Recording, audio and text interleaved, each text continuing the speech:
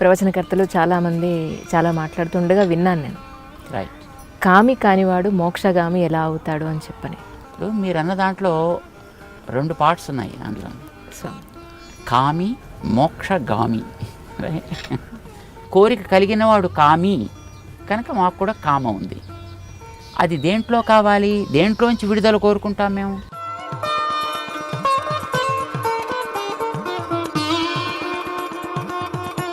So కర్మబంధం తొలగాలి అని అనుకునేటటువంటిదే నిజమైనటువంటి మోక్షము. కామి కానివాడు మోక్షగామి కాలేడు. 60 ఏళ్ల జీవితంలో మీరు నేర్చుకునేది ఏమిటి అంటే మీరు ఏం చెప్తారు స్వామి?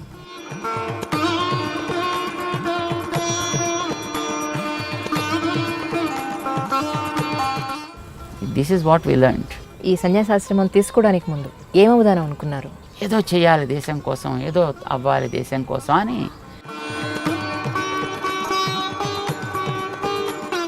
ఓకే. కానీ ఇక్కడ మీ గురువుగారి విగ్రహాన్ని అంత పెద్ద స్థాయిలో ఏర్పరచాలన్న ఆలోచన మీదేనండి, లేకపోతే ఎలా కలిగింది అసలు?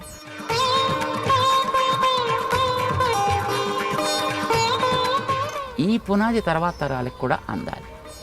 దీని మీద ఎవరు ఎక్కడ కావాలంటే అక్కడ వాళ్ళ సౌధ నిర్మాణం చేసుకోగలిగినటువంటి స్థితి ఏర్పడాలి. సో ఇది మా కోరిక. మెక్సికన్ ఫోరోస్ అని కొందరున్నారు.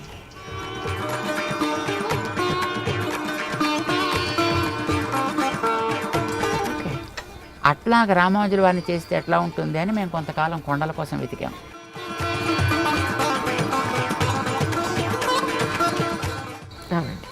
సో స్టోన్తో చేసిన ఇట్లాంటి ప్రాబ్లమ్స్ ఉంటాయి అనేది అప్పుడు మాకు కొంచెం దాని మీద మరి సెకండ్ థాట్కి అవకాశం ఇచ్చిందనమాట. సామాన్యంగా ఆలోచించలేదండి. సో ఇలాంటి మూర్తి అయితే బాగుంటుంది అని డిసైడ్ చేసి, అది కూడా ఎలా ఉండాలి,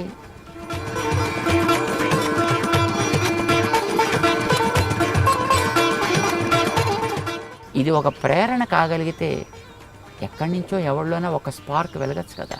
ఇక్కడికి మొట్టమొదటిసారి మిమ్మల్ని ఇంటర్వ్యూ కోసం అనడానికి వచ్చిన రోజున విపరీతమైన మానసిక వేదన అనండి, బాధ అనండి అక్కడికి వచ్చాను. మిమ్మల్ని ఆ రోజు చూసిన మీ రూపం, లేదా ఈ గుడిలో చూసిన భగవంతుడి ఈ స్థలం ఒక్కసారి తలుచుకుంటే మాత్రం ప్రశాంతత అనేది మాత్రం వస్తుందండి. అది ఎందుకో దట్స్ రైట్. కదా ఇక్కడ ఏముంది అనేది, ప్లస్ ఆ విగ్రహాల్లో మిగతా చోట్లకి ఇక్కడికి ఉన్నది డిఫరెన్స్ ఏంటి అనేది నాకు తెలియలేదు స్వామి. దేవుడు ఎక్కడైనా ఒక రకంగానే ఉంటాడు, దేవుడిలో తేడా ఏముండదు. బట్ ఆ దేవుణ్ణి మనం ఎంత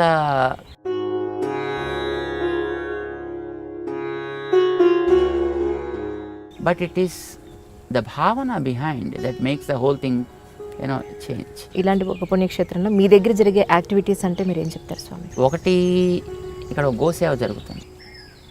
దాంతోపాటు కొన్ని గో ప్రోడక్ట్స్ కూడా తయారు చేస్తారు మన వాళ్ళు.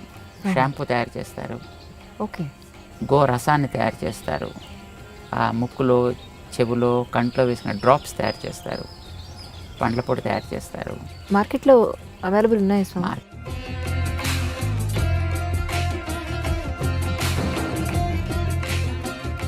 మీరు చదువుకునేటప్పుడు మీ కుటుంబ ఆర్థిక పరిస్థితి అంతగా స్ట్రాంగ్ లేకపోవడం వల్లే ఇటు సన్యాసాశ్రమం తీసుకోవడానికి వచ్చిందా అనే ఒక అపోహ కొంతమందిలో ఉంది. ఆర్థికమైన దానివల్ల ఇటు రావడం అనేది జరగలేదు. ఎందుకంటే మాకు అప్పట్లో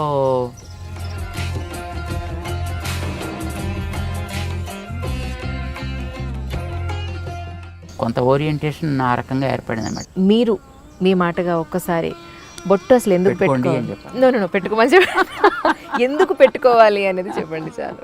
నీ మనస్సులో ఏ భావాలు ఉన్నాయో అది నీ మొహం చెబుతుంది.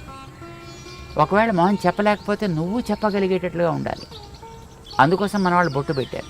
ఎందుకంటే ఇక్కడ చూడగానే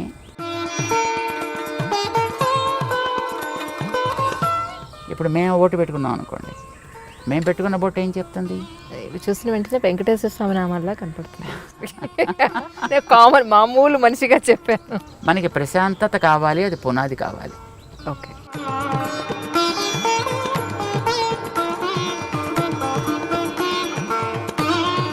ఇది మనకి బొట్టులో చూపిస్తాం అన్నమాట. 60 ఏళ్ల మీ జీవితం ఒక్కసారి వెనక్కి తిరిగి చూసుకుంటే మీకేమనిపిస్తూ ఉంటుంది? బండ్లు ఓడలు కావచ్చు, ఓడలు బండ్లు కావచ్చు అనిపిస్తుంది.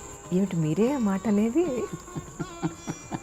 ఈ కలియుగంలో ప్రపంచం ఈ మాత్రమే నడుస్తుందంటే కారణం ఏమై ఉంటుందంటారు? లేదు కలియుగం ఇలా చెడిపోయింది అనడానికి కారణం ఏమై ఉంటుందంటారు? ఇలా చెడిపోయింది అనడానికి కారణం మనం చేసేటటువంటి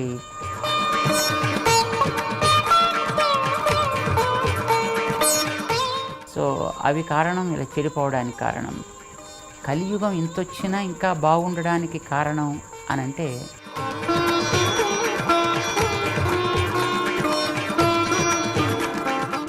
వాళ్ళు వేసినటువంటి పునాదులు చాలా బలంగా వేశారు. చాలామంది స్వామీజీలు ఉన్నారు మన భారతదేశంలో. కొంతమంది ప్రజల దగ్గరికి పెడతారు, హగ్ చేసుకుంటారు, లిటరల్గా పొలిటికల్ వాళ్ళు వచ్చి ఇష్టమైన వాళ్ళు వచ్చినట్టు ముద్దులు పెడతారు. మీరు మాత్రం ఎవరిని ముట్టుకోరు, ఎందుకని? ప్రతి వ్యక్తికి ఒక పద్ధతి, ఒక నియమము ఉండాలి.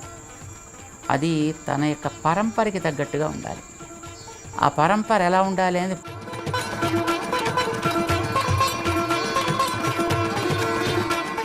ఇది వేదం చేసినటువంటి అనుశాసనం. ముఖ్యంగా మన దేశానికి స్వామీజీల ఆవశ్యకత ఎంతవరకు ఉందని మీరు భావిస్తున్నారు? రాముడు, దశరథుడు లాంటి వాళ్ళు పరిపాలన చేసేటప్పుడు వశిష్ఠాదులు ఉండేవారు.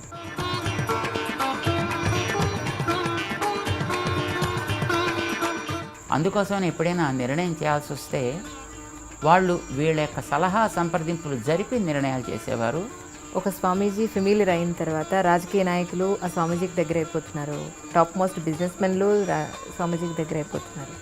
ఇలా అవ్వడానికి ప్రధాన కారణం ఏమిటి అనేది? స్వామీజీలకి రాజకీయ నాయకుల్లోనూ బిజినెస్ పీపుల్ దగ్గర అవుతారని ఏం లేదు. Business people and political people think.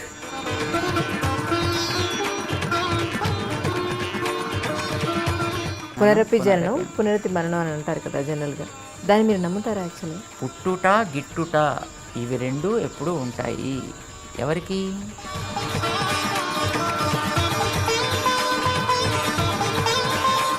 అనేది మనకి శాస్త్రం చెబుతోంది కనుక మనం దాన్ని విశ్వసిస్తున్నాం. బుద్ధి కర్మానుసారేనా అంటారా, కర్మ బుద్ధానుసారేనా అంటారా మీ ఉద్దేశ ప్రకారం? బుద్ధి కర్మానుసారిణి అనేదే నానుడి.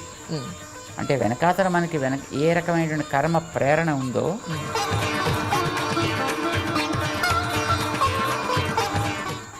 దీని ప్రెషర్ ఎట్లా ఉంటే బుద్ధి దాన్ని బట్టి సాగుతూ ఉంటుంది. పుట్టుక ఒకటే, చావు ఒకటే అనుకున్నప్పుడు అందులో కూడా ఇన్ని రకాల పుట్టుకలు, ఇన్ని రకాల చావులు ఎందుకని అనుకుంటున్నారు మీ ఉద్దేశ ప్రకారం? ఇప్పుడు దీనికి 2 రకాలుగా ఆన్సర్. ఒకటి కర్మని నమ్మిన వాడికి ఒక ఆన్సర్, కర్మ నమ్మకపోయిన వాడికి కూడా ఇంకొక ఆన్సర్. కర్మని నమ్మిన వాడి గురించి మొట్టమొదటి చెప్తాను, ఎందుకంటే మనం కర్మ సిద్ధాంతాన్ని నమ్మిన వాళ్ళం కనుక.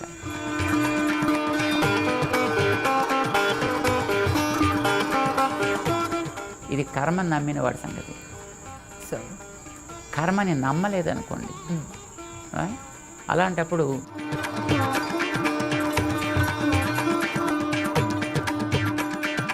తిరుపతిలో అర్చకులుగా పనిచేసిన ఒక అర్చకులు మధ్య చెప్పింది ఒక మాట వీడియోలో నేను చూసాను. ఏంటంటే తిరుపతి హుండీలో డబ్బులు వేయకండి, అక్కడంతా దుర్మార్గం జరుగుతుంది. ఇప్పుడు దేవుడికి అర్పించడం is not a bad thing. అర్పించద్దు అనడం అతని తాత్పర్యం కాదు.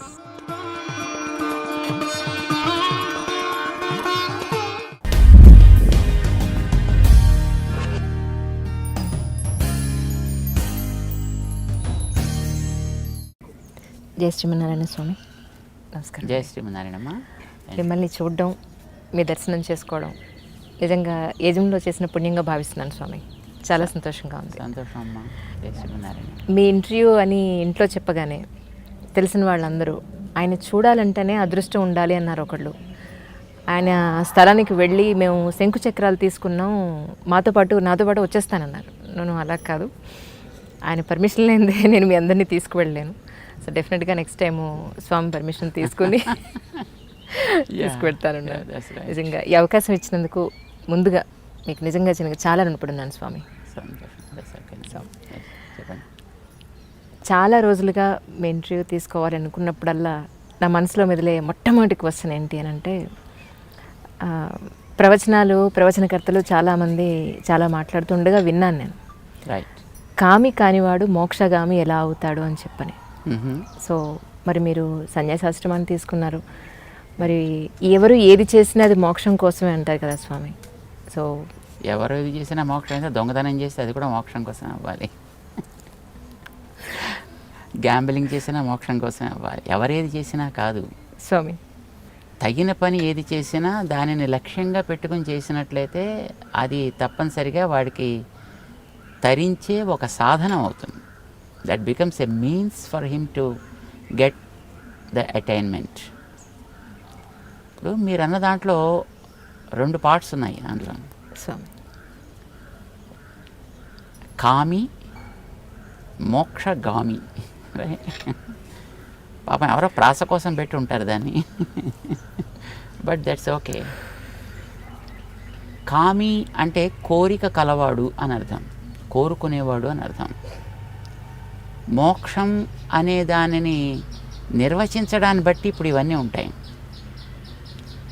ఇప్పుడు బేసికలీ మోక్షము అని అంటే చాలామంది చచ్చిపోయి పోవడము, ఇది ఒక భావన జనరల్గా మనుషుల్లో ఉండేది. దాని మీద రకరకాల ఆలోచన ధోరణులు ఉన్నాయనుకోండి. సరే, ఇప్పుడు అవన్నీ అలా పెట్టినా మోక్షము అని అంటే విడుదల అని అర్థం. అయితే ఈ విడుదల అనేది దేని నుంచి? స్ట్రెస్ నుంచి విడుదల కావాలి, ఏదో కాస్త సుఖంలోకి వెళ్ళాలి. ఇది కొంతమంది సామాన్యుల యొక్క ఐడియా. కానీ సామాన్యంగా ఇప్పుడు ఈ మోక్షం అనేటువంటి మాట దేనికోసం మనం వాడతాం? ఏది అల్టిమేటో, దేనికంటే ఇక పొందాల్సింది పైన మరేం ఉండదు. సో దానికి మనం దీన్ని మోక్షం అని పెట్టుకున్నట్టయితే అలాంటిది లిమిట్లెస్ జాయ్ అరే kind of state of bliss అని ఒకవేళ మనం అనుకున్నట్టయితే, అలాంటి అంతం లేని అనంతమైనటువంటి ఆనందం ఇప్పుడు మనకి రావటల్లా. అప్పుడప్పుడు కొద్ది కొద్దిగా ఆనందాలు వస్తున్నాయి మనకు కూడాను. వేసవికాలంలో ఐస్ క్రీమ్ తింటే ఆనందం, నదిలో దూకితే ఆనందం, శీతాకాలంలో వేణీళ్ళు పోసుకుంటే ఆనందం. ఒక తాత్కాలికంగా శారీరకంగా కలిగేటటువంటి సుఖాల కోసం మనం తాపత్రయపడుతున్నాం యూజువల్లీ. కానీ శరీరం అనేది మనం ఎంత చేసినా అదేం ఉండలేదు. ఇప్పుడు ఒకసారి అది పోతోంది, ఒకసారి రోగాల పాలవుతోంది, ఒకసారి ఏడిపిస్తోంది, అప్పుడప్పుడు అనుకూలంగా కూడా ఉంటుంది. కానీ but most of the times it's creating lot of pain. But either pain or Joy, ఇది వచ్చేది ఎవరికి? మనిషికి ఏంటంటే, మనిషికి కాదు, నాకు. ఓహో, మనిషి ఈజ్ ఒక స్పేషీస్, ఇది ఒక ప్రాణి. బట్ ఇలాంటి ప్రాణులు కోకోలలు ఉన్నాయి కదా, జంతువులు ఉన్నాయి, పక్షులు ఉన్నాయి, క్రిములు ఉన్నాయి, కీటకాలు ఉన్నాయి. ఓకే. సో ఇవన్నీ కూడా ప్రాణులే. అందులో కొంచెం అతి తెలివి కలిగిన ప్రాణి మనిషి, అన్నిటిని పాడు చేసే ప్రాణి కూడా మనిషి. అవునండి. మిగతా వాటి మానాన బతుకుతాయి, వీడన్నిటినీ పాడు చేస్తాడు. తెలివి ఉన్నటువంటి ప్రాణి, తెలివి వాడగలిగిన ప్రాణి కూడా. అంతవరకు మనం తీసుకుంటే ఈ శరీరాన్ని నాది అని వాడుకునేవాడెవడో ఒకడున్నాడు లోపల. సో మనం వాడిని ఆత్మ అంటామని మనకి స్క్రిప్చర్స్ చెప్తున్నాయి. సరే, ఎవడో నేను అని అయితే అంటున్నాడు కదా, ఆ నేనుకి సుఖం కావాలి. ఇప్పుడు శరీరానికి సుఖం కాదు, నాకు సుఖం కావాలి. ఇప్పుడు వ్యాపారం చేసేటటువంటి వాడిని ఐటీ వాడు దాడి చేసాడు అనుకోండి, వాడిని ఏసీ రూమ్లోనే కూర్చోబెడతాడు, కానీ వీడి చెమటలు పడుతుంటాయి వీడికి. అయితే శరీరానికి సుఖం కాదు వాడు కోరుకునేది, నాకు సుఖం కావాలి. వాడికి టెన్షన్ కలిగింది కనుకనే శరీరం వాడికి కంఫర్టబుల్గా మంచి సోఫా వేసి ఏసీ వేసి కూర్చోబెట్టినా వాడి చెమటలు కారుతూ ఉంటాయి, వాడు తుడుచుకుంటూ ఉంటాడు. వాడు ఈ నేను అనేటటువంటిది ఇప్పుడు ఇక్కడికి వచ్చి ఎన్నో రకాలైనటువంటి కండిషన్స్కి లోపల బతుకుతోంది. మనిషి అనండి, జంతువు అనండి, పక్షి అనండి, మరొకటి అనండి, ఎన్నో రకాలైనటువంటి హద్దులు ఉన్నాయి. ఇప్పుడు ఆ హద్దుల్లోనే ఇది చేసేటటువంటి కార్యక్రమాలన్నీ సాగుతున్నాయి. ఆ హద్దులు ఏర్పడటానికి కారణం ఒకటి చెప్పారు మన వాళ్ళు శాస్త్రాల్లో, దాని పేరు కర్మ అన్నారు. దాన్ని ఈ కర్మ అనేదే వీడికి ఒక బాండేజ్, ఒక బంధం. వీడికి ఈ కర్మ అనే బంధం ఉన్నంత వరకు ఈ శరీరం పోతే ఇంకో శరీరం వస్తుంది, అది పోతే మరొకటి వస్తుంది. గోడలోంచి మొక్కలు మొలిచినప్పుడు దాన్ని మనం పైన కట్ చేస్తే ఇంకొక బ్రాంచ్ వస్తుంది, అది కట్ చేస్తే మరో బ్రాంచ్ వస్తుంది, ఆ వెనకాతలు ఉండేటువంటి ఆ రూట్ తీనంత వరకు కూడా. ఇప్పుడు ఈ శరీరాలనేవి రావడానికి కారణం ఈజ్ కర్మ. ఆ కర్మతోటి నాకు ఏర్పడ్డ ఒక బంధం. ఈ కర్మబంధం వల్లనే కొన్ని సుఖాలు వస్తున్నాయి, కొన్ని దుఃఖాలు వస్తున్నాయి, కొన్ని ప్యాసివ్గా ఉంటున్నాయి. మానవ శరీరం వస్తుంది, ఇంకో శరీరం వస్తుంది, మరో శరీరం, రకరకాల శరీరాలు వస్తున్నాయి. బట్ నేనేం కోరుకుంటా? ఏదో కోరిక ఉండాలి కదా నాకు కూడా. కోరికకి కామము అని పేరు. ఓకే. కోరిక కలవాడు కామి, గుణం కలవాడు గుణి, బుద్ధి కలవాడు బుద్ధి, ధనం కలవాడు ధని, రైట్? కామం కలవాడు కామి. కామం అంటే కోరిక. దేంట్లో నీకు కోరిక? నాకు తాత్కాలికంగా శరీరాన్ని కంఫర్ట్ కలిగించడంలో కోరిక, మనస్సుకి కంఫర్ట్ కలిగించడంలో కోరిక. మనస్సు కంఫర్ట్గా ఉంటుంది, వాడికి శరీరంలో రోగాలున్నా వాడు దాన్ని బేర్ చేయగలుగుతాడు వాడు కదా. మనస్సుకి ఒక రకమైనటువంటి సౌకర్యం కలిగించాడు వాడు కనుక. సో కొందరు బుద్ధికి సౌకర్యం కలిగిస్తారు, రైట్? ఒక్కొక్కరు ఒక్కొక్క రకమైన కంఫర్ట్. బట్ అల్టిమేట్లీ మనం కోరుకోవలసినటువంటి కంఫర్ట్ దేనికి? మనస్సుకి కంఫర్ట్ కలిగినా శరీరం పోతుంది, బుద్ధికి కంఫర్ట్ కలిగినా శరీరం పోతుంది. శరీరం పోయినా ఇంకో శరీరం వస్తుంది. Because you did not find the root cause which you call as karma. So నేనేం కోరుకుంటానంటే విడుదల కోరుకుంటా. ఎండలోంచి విడుదల ఏసీ రూమ్లోకి వస్తే, మంచులోంచి ఎండలోకి వస్తే విడుదల. నీళ్లలో మునిగిపోతుండేవాడికి ఎవడైనా పిలక పట్టుకుని బయట వేసేస్తే వాడికి విడుదల. జైల్లో ఉండేవాడికి అందులోంచి బయటికి తెస్తే వాడికి విడుదల. విడుదల కోరుకుంటాడు ప్రతివాడు కూడా ఉన్న స్థితిలోంచి.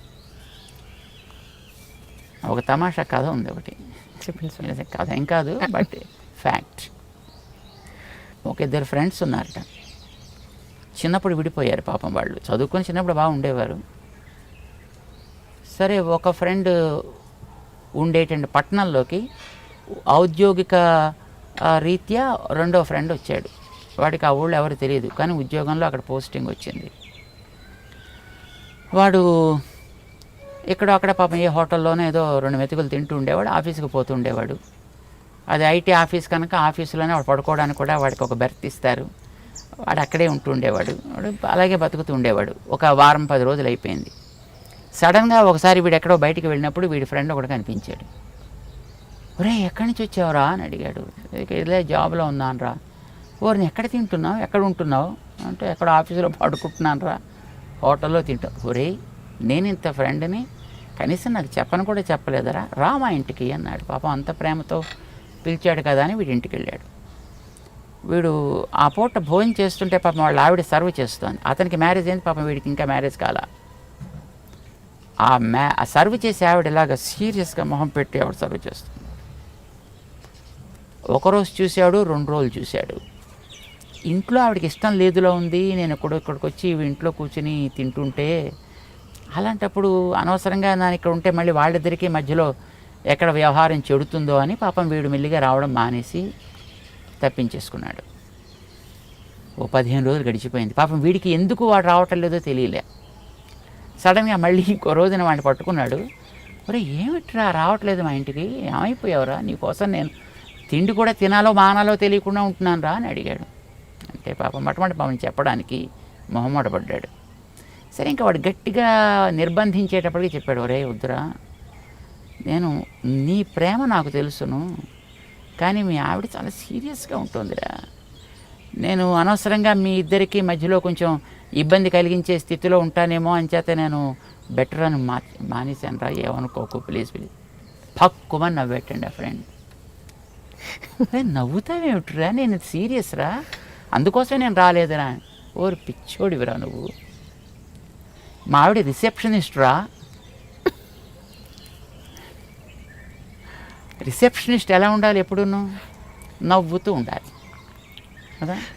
వాడు ఎవడైనా వచ్చి అడిగినప్పుడల్లా చెప్పాలి, 10 సార్లు అడిగినా 10 సార్లు చెప్పాలి, చెప్పేటప్పుడు నవ్వుతూనే చెప్పాలి, సీరియస్గా మొహం పెట్టకూడదు. మరి పొద్దు నుంచి సాయంకాలం దాకా రిసెప్షన్ కౌంటర్లో కూర్చుని ఇలాగ నవ్వినట్టుగా మొహం పెట్టి, నవ్వు కాదు నవ్వినట్టుగా మొహం పెట్టి సాయంకాలం దాకా ఉండి ఇంటికి వచ్చాక ఈ చేంజ్ కావాలి కదా. అంచేత what is the change? Okay, ఇప్పుడు పేపర్ చదువుకునే వాడికి చేంజ్ అంటే పేపర్ మూత పెట్టి టీవీ చూడడం, టీవీ చూసేవాడికి చేంజ్ అంటే టీవీ క్లోజ్ చేసి పక్కవాడితో మాట్లాడడం. ఇప్పుడు that is what they call rest.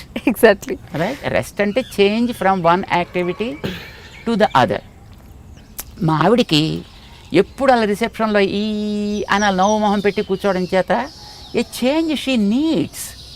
Okay, అందుకోసం ఆవిడకి ఇంటికి వచ్చాక మరి అది సీరియస్గా మొహం పెడుతుంది, అది చేంజ్ అది. ఓకే, అంతేకాని పాప ఆవిడ మనస్సు వెన్నరా, పాప నువ్వు అనవసరంగా అపార్థం చేసుకున్నావురా అని పాపం వాడు చెప్పేటాడు. It is a change, right. అంటే మనం ఎప్పుడు కూడా ఒక చేంజ్ కోరుకుంటాం. ఆ చేంజ్ దేంట్లోంచి కోరుకుంటాం మనం? ఈ కనిపించేటటువంటి రకరకాల శరీరాల్లో తిరగడం ఇవన్నీ పోవాలి. I want a change for good. That is my Dzire, my goal. నాకు విడుదల కావాలి. విడుదల ఈజ్ మోక్షం. సో మీ కోరికది. సో కోరికది. కోరిక కలిగిన వాడు కామి కనుక మాకు కూడా కామ ఉంది. అది దేంట్లో కావాలి? దేంట్లోంచి విడుదల కోరుకుంటాం మేము? ఇప్పటిదాకా కర్మ బంధించి ఉంచింది కనుక కర్మబంధంలోంచి విడుదల కోరుకుంటాను. మనకి స్క్రిప్చర్స్లో వేదాల్లోనూ కర్మబంధం తొలగడమే మోక్షం అంటే.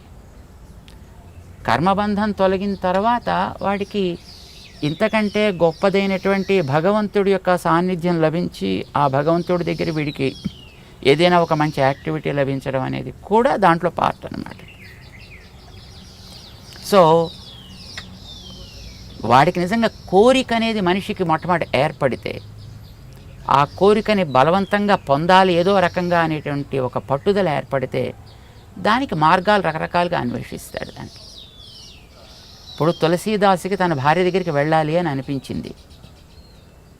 అతను ఈ భక్తుడిగా మారటానికి పూర్వం ఆవిడ ఎక్కడో పక్క ఊళ్ళో ఎక్కడో ఉంటుంది, ఇతన్ని ఎక్కడో ఇంకో ఊళ్ళో పెట్టారు. ఆవిడేమో వాళ్ళ పుట్టింటికి వెళ్ళింది. ఎలాగైనా ఆవిడని చేరాలని కోరిక కలిగింది ఇతనికి. ఏం చేస్తాడు? బయలుదేరాడు. రాత్రి భోరున వాన, నేలంతా బురద, అయినా అతనికి అవేం దృష్టిలోకి రాలా. ఇవన్నీ వదులుకుంటూ వెళ్ళాడు. ఇంటికి వెడితే తలుపులు వేసేస్తున్నాయి. కానీ ఎలాగైనా చేరాలి, ఏం చేయాలి? ఇంటి చుట్టూ తిరిగాడు. ఎక్కడో ఆవిడ ఉండేటటువంటి ఆ ప్రాంతానికి ఏదో ఒక తాడు వేళ్లాడుతూ కనిపించింది. పాక్కుంటూ పైకి వెళ్ళాడు. తలుపు తట్టాడు. ఆవిడ తలుపు తీసింది. చూస్తే దీపంలో అతని ఒంటి నిండా రక్తం. అతను పట్టుకుని పాకింది తాడు కాదు, అది పాము. అయ్యో! ఆవిడ ఆశ్చర్యపడింది. అరేరే, ఇదేమిటయ్యా స్థితి ఇది? ఇంత కోరిక తీవ్రతరమైతే దానికోసం ఏదో ఒక మార్గాన్ని అన్వేషించి దాన్ని నెరవేర్చుకునేటటువంటి ప్రయత్నం చేస్తాడు. రైట్. సో కోరిక అనేది నీకు శారీరకమా, మానసికమా, బౌద్ధికమా, లేదా ఆత్మపరమా? ఇది మనకి తెలుసుకోగలిగితే అందులో వాడికి తీవ్రతర కృషిని వాడు సాగించి దాన్ని పొందే ప్రయత్నం చేస్తాడు. సో మోక్షం అనేటటువంటి దాన్ని మనం ఎక్కడికి లిమిట్ చేస్తాం అనేది ముందర మనం అర్థం చేసుకోవాలి. శరీరానికా, లేకపోతే మనస్సుకా, లేకపోతే జీవుడికి ఉండేటటువంటి అల్టిమేట్ కర్మబంధం అనేది పూర్తిగా ఒకసారి తొలగితే ఇంకా మళ్ళీ దాంట్లోకి రావక్కర్లా. సో కర్మబంధం తొలగాలి అని అనుకునేటటువంటిదే నిజమైనటువంటి మోక్షము. చాలా వరకు డైల్యూట్ అయిపోయినప్పటికీ కూడా, చాలా వరకు అన్ఫార్చునేట్లీ అదర్ వాటర్స్ మన దాంట్లో కలుస్తున్నప్పటికీ కూడా still there is a chance where we can improve the systems. చాలా సంతోషం స్వామి. మిమ్మల్ని ఎక్కువ ఇబ్బంది పెడితే క్షమించాలి, ఏమీ అనుకోవాలి దయించి. చాలా సంతోషం. మీరు ఇంతటి గొప్ప అవకాశాన్ని ఇచ్చినందుకు నిజంగా మీకు నేను చాలా రుణపడి ఉన్నాను. చాలా ధన్యవాదాలు. మంచిదమ్మా, చాలా సంతోషం. Press the bell icon for more updates. Subscribe to iDream. Subscribe to iDream. Please subscribe to iDream. Subscribe to iDream. Please subscribe to iDream. For more such videos, please subscribe to iDream. For more videos, please subscribe to iDream. And you're watching iDream Media. Please like, share and subscribe to the channel. And don't forget to subscribe to iDream. Please subscribe iDream Media. Do subscribe to iDream. Subscribe to iDream Media. Do subscribe to iDream Media. Don't forget to subscribe. Click on the button below. Don't forget to subscribe to iDream.